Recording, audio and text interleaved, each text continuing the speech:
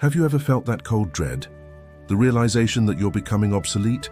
Not because of a recession, not because you made a mistake, but because you've been replaced by something fundamentally better.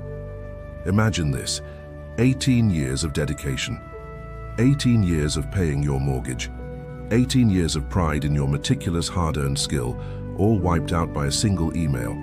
Your entire career's worth of work, reduced to just 4 minutes of an algorithm's processing time. Welcome to the year 2046. This is no longer science fiction, science. Artificial intelligence isn't just an assistant anymore. It's the silent force erasing the entire knowledge worker middle class. This is the story of Marcus and Elsa, who lost everything when an AI named GPT-A eliminated 90% of all data-related jobs overnight. But it's also the story of how humanity was forced to rediscover its true worth, not in processing numbers, but in the very things we thought we'd lost: our intuition, our empathy, and the beautiful, messy chaos of the human soul. Marcus Vance was 42 years old, a senior reporting analyst in a Manhattan skyscraper. For 18 years, he was the final gatekeeper of accuracy, the human firewall. His job was to cross-reference billions of global transaction data points, ensuring everything complied with complex financial laws. It was a job that demanded the patience of a monk and the precision of a surgeon. It was work he was proud of, work that paid for his family's home in New Jersey. Then, the email from a company called Alpha Intelligence landed. It announced a seismic event, the launch of GPT-A, which stood for advantage. The email stated, coldly and clearly, GPT-A can perform the complex cross-referencing of 10 years of transactional data in just 4 minutes, eliminating human error entirely and ensuring automated compliance with all regulations. 4 minutes. Just 4 minutes to make 18 years of his life's work utterly worthless. The shock wasn't about a personal failure. It was professional extinction. Marcus realized instantly that everything he and thousands of his colleagues did, data entry, reconciliation, generating reports, was all just a pattern. And when an algorithm can execute that pattern, with 99.9999% accuracy at the speed of light, human diligence becomes a liability. A sharp pang of fear hit his chest. It wasn't anger. It was a primal question. If I'm not this job, who am I? A second email followed, carefully avoiding the word fired. The subject line read, Strategic Personnel Reallocation to High-Level Initiatives. It was corporate speak for, you're out. The final Zoom meeting was like a virtual funeral. 15 highly experienced analysts stared blankly from their screens. Marcus's boss, David, looked exhausted.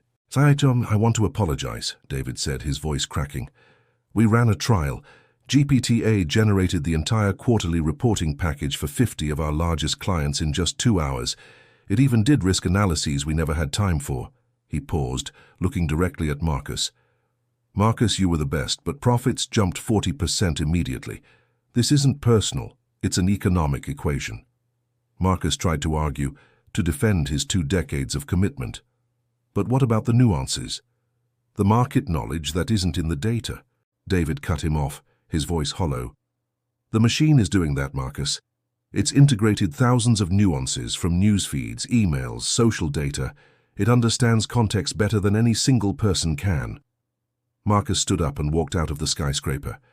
Times Square was still buzzing with life, but all he saw were ghosts. Ghosts of people just like him, once the backbone of the economy, now purged from the system.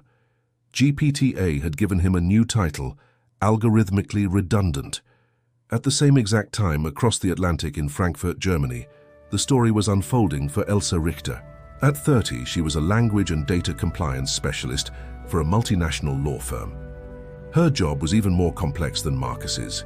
She had to cross-reference thousands of multilingual contracts, German, French, Italian, ensuring they all complied with Europe's strict GDPR and the laws of 27 different nations.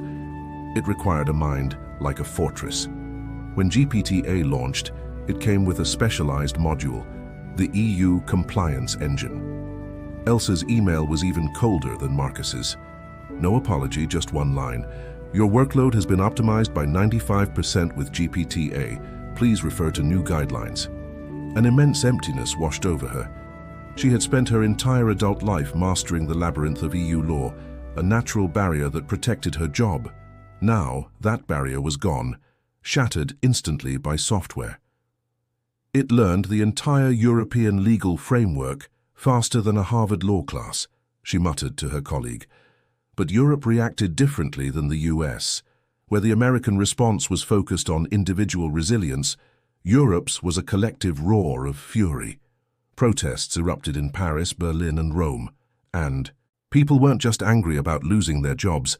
They were enraged that AI had violated the fundamental social contract, that if you work hard and play by the rules, you are guaranteed a stable life. The European Parliament became a battlefield for an existential debate: universal basic income and a robot tax. Economists and politicians argued that if AI generates massive profits for the 1%, while wiping out 90% of the workforce, the economy will collapse. There would be no one left to buy the products. They argued that AI and robots must be taxed to redistribute the wealth they create. Elsa, who had joined a new advocacy group called the Human Stack, spoke passionately. "We are not Luddites," she declared. "We accept AI, but we demand that AI serves humanity, not just a handful of shareholders. Human ingenuity created this technology, so it must share its value with those it has displaced." The protests were organized despair, the cry of an entire class of people realizing their best skills were now worthless. Months passed. The initial shock began to fade, replaced by the grim reality of survival. Both Marcus in New York and Elsa in Frankfurt came to the same conclusion. They couldn't outrun GPT-A, but they could run in a different direction. Marcus realized that while GPT-A was perfect with data, it had no intuition, no skepticism. It could only process what it was fed. It couldn't sense a brewing political crisis or the irrational fear of a single powerful investor. So, Marcus reinvented himself. He became an AI sanity checker. His new job was to take GPT-A's perfect forecasts and inject them with illogical human questions. What if China closes a market for purely emotional reasons? The data doesn't show it, but my 18 years of experience feels it. He was no longer a data processor. He was a reality validator. Meanwhile, in Frankfurt, Elsa found her own new path. She saw that GPT-A could write a perfectly compliant contract, but it couldn't perform ethical reasoning. It couldn't understand the intentional ambiguity lawyers often write into agreements. She became a senior prompt architect. Her job was to design complex, layered questions for the AI, forcing it to consider ethics, philosophy, and culture. She even used GPT-A to help draft the EU's first laws on AI, making sure every legal framework contained a humanity clause, a concept the machine could never invent on its own. They both found their new value at the edge of the algorithm, where human judgment acts as the final crucial filter. In the end, the GPT-A earthquake did exactly what it promised. It erased 90% of all repetitive, mind-numbing work, freeing humanity from the tyranny of meticulousness. In New York, companies started paying a premium for the questioners, people who could doubt, challenge, and see what the machine couldn't count. In Europe, universal basic income and the robot tax stabilized society, giving people a safety net to retrain, to start new businesses, to become artists, chefs, and caregivers. Marcus and Elsa, once victims of AI, were now shaping its future. The new truth became clear. GPT-A taught humanity that our value isn't in our ability to work like robots, but in our defiant refusal to do so. The great unemployment crisis didn't bring extinction. It sparked a revolution of value. Looking out at the crowds on Wall Street, Marcus no longer saw ghosts. He saw people on new journeys, rediscovering skills that had no algorithm. Elsa, finishing a speech to the European Parliament, declared, "GPT-A gave us the greatest gift imaginable, 90% of our time back. Now, 100% of our spirit can be dedicated to what only humans can do, to love, to create, and to fight for a just future." The spectre of unemployment didn't kill humanity, it just forced us finally to become truly human again. So what do you think about a future like this?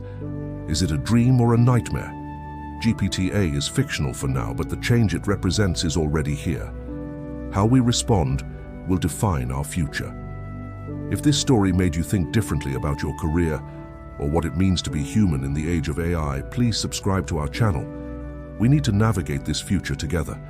Like and share this video with anyone you know in an office or data-related job. Let's get this conversation started. And please leave a comment below. What job do you think is truly AI-proof? Or what are your thoughts on a robot tax? We want to hear your story. The future of our work is in our hands.